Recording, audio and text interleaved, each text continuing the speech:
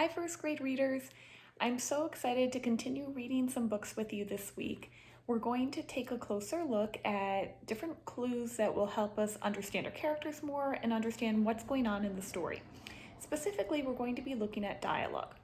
Writers use dialogue to help us know what the character is saying, and the illustrators often add in speech bubbles or thought bubbles to show their feelings and make them come to life.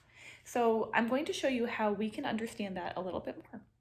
Dialogue is a way that we can unfreeze our characters and bring them to life. By paying attention to the dialogue, it helps the reader know how to read the story with what types of emotion. This week, we're going to be paying close attention to the dialogue in our books to figure out how we should make our characters sound.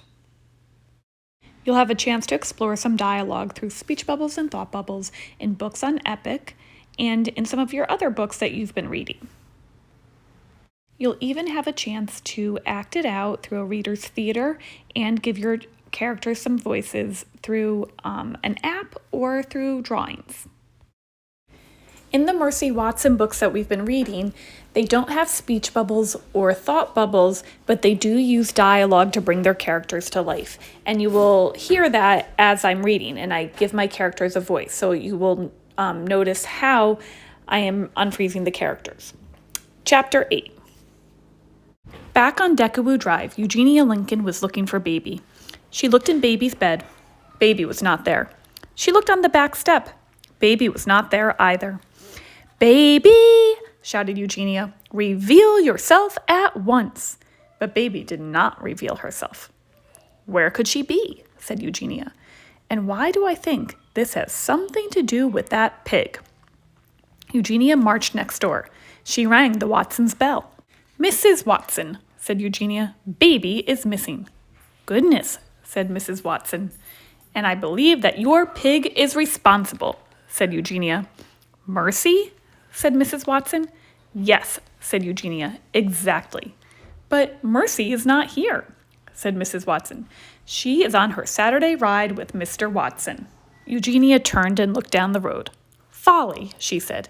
"Heavens," said Mrs. Watson. "You don't think." "I do think," said Eugenia. "That is my point exactly. I do think. And apparently, I am the only one around here who does." At the end of the week, you will have the option to either draw a picture of your character with speech bubbles or a thought bubble to give them a voice, or you can try using the ChatterPix app if your parents say that you can put it on a phone or a tablet that you might have.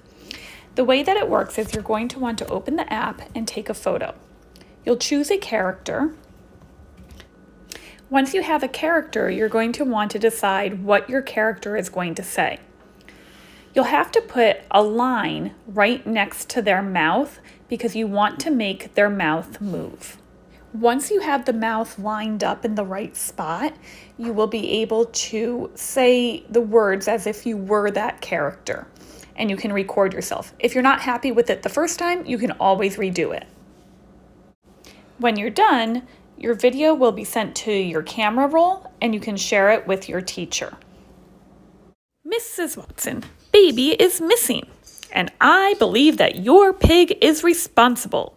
However you decide to unfreeze your characters is completely fine. You can draw a picture with speech bubbles and thought bubbles, or you can give it a try on the app. I can't wait to see all of your work.